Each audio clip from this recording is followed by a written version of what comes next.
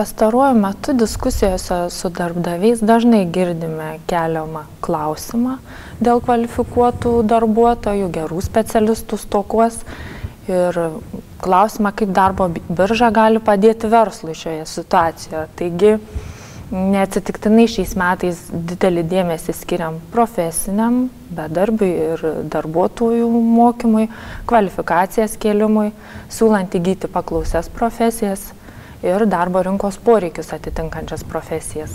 Aktyviai bendradarbiaujant su darbdaviais siekiame, kad šiemet Tauragės rajone kvalifikaciją įgytų ar patobulintų daugiau nei 400 bedarbių, beveik 500. Tai gali būti ir įspėti apie atleidimą darbuotojai, mokytis kviečiami neturintys profesinio pasirinkimo, ilgą laiką nedirbę, kaip minėjau jau anksčiau, turintys nepaklausias profesijas, vyresnio amžiaus asmenys. Ir jų mokymo išlaidoms šiemet planuojam skirti 700 000 eurų, o bendrai visos teritorinės darbo biržos mastu apie 1,5 milijono eurų.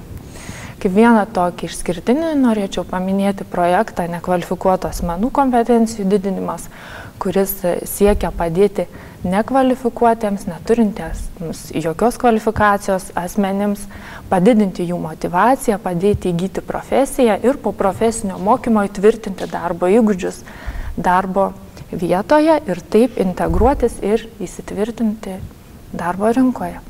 Nekvalifikuotų asmenų kompetencijų didinimo projekte gali dalyvauti visi darbo biržoje registruoti neturintis profesijos asmenys. Taigi, jokių kažkokių specialių reikalavimų didelių tam, kad įgyti profesiją tikrai nėra. Ir šiuo metu darbo birža turi sąlygas patenkinti kiekvieno norinčio įgyti profesiją.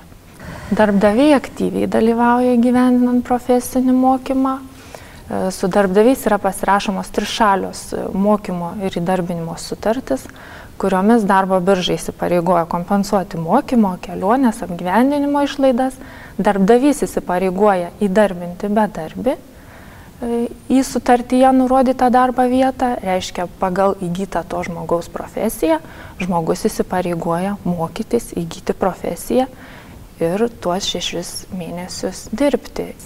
Kaip vieną iš teigiamų mūsų bendradarbiavimo pavyzdžių norėčiau paminėti Skaudvilės miestelio gamybinę įmonę, uždarą akcinę bendrovę Ryšininkas. Ši įmonė užsiima įvairių betono, gelžbetonio gaminių gamybą ir veiklą vykdo Skaudvilės seniūnijoje, kuri mums yra svarbi tuo, kad registruotas nedarbo lygis 6 procentiniais punktais yra didesnis nei Tauragės rajono. Ir tai yra didžiausia rajono įmonė, kuri kuria patrauklias darbo vietas ne tik darbo sąlygomis, bet ir darbo užmokesčiu. Ir įmonėje plečiant veiklą, šių metų pradžioje pasirašėm bendradarbiavimo sutartį, tikslinę programą, kurioje buvo numatyta, kad pagal trišalės mokymo ir įdarbinimo sutartys 6 Skaudvilės miestelio gyventojai įgys betonuotojų profesiją ir bus įdarbinti įmonėje. Taigi tie bedarbiai mokėsi, Tauragės profesinio rengimo centre balandžio mėnesį sėkmingai baigė kursus ir šiuo metu dirba įmonėje, o 2 dalyviam profesinio mokymo išlaidos buvo kompensuotas Europos socialinio fondo projekto nekvalifikuotų asmenų kompetencijų didinimo lėšomis ir po profesinio mokymo turime galimybę darbdaviui kompensuoti pusę patirtų darbo užmokesčio išlaidų, nes merginos dalyvauja darbo įgūdžių įgyjimo rėmimo priemonėje ir taip įtvirtina savo tuos teorinės žinias. Mes svečiuojamės uždaroje akcinė bendrovė Ryšininkas ir kalbame su šios įmonės vadovu Jonu Bakšu. Pirmiausia, aišku, labą dieną. Labą dieną. Gerbiamas Jonai, gerbiamas direktoriau, kaip vertinate bendradarbiavimą su darbo birža ir apskritai visą šitą profesinio mokymo priemonę? Paskutiniu metu tikrai džiaugiuosi jo. Visgi šiais metais jų dėka priimti 7 žmonės, kurie jau su visais dokumentais turi apmokyti operatoriai betono mazgo ir kadangi mūsų įmonės sertifikuota, tai žmonės turbūt visi apmokyti. Kitaip jau mes negalim atiduoti jokių savo gaminių. Ir tas bendravimas, kadangi nemažai dengiama yra iš darbo biržos pinigų, tai ir darbuotojai buvo nesunku pririnkti. Na, o pati šita priemonė, kokią naudą jum kaip darbdaviui teikia, kuo jinai jum yra naudinga? Nu ką, tai būdavo gal sunku susirasti, bet kadangi kursai ir kur apmok ten vieną mėnesį, paskui vieną mėnesį pas mus įmonėje atliekti ir jau gali vaizdą susidaryti, koks ateityje bus darbuotojas.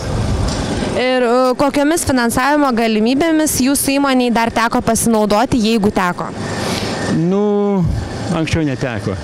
Mes patys viską susirasdavom. Tikrai šiais metais tokia laimė, kad jau kažkas už mus pasirūpina.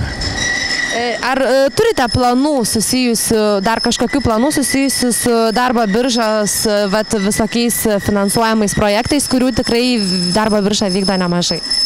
Nu, ant šių metų ir ant kitų pirmam pusmetį numatyta priimti 12 naujų darbuotojų. Ir aš manau, kad kokį 50% su viršum bus ruošiami darbo biržos dėka.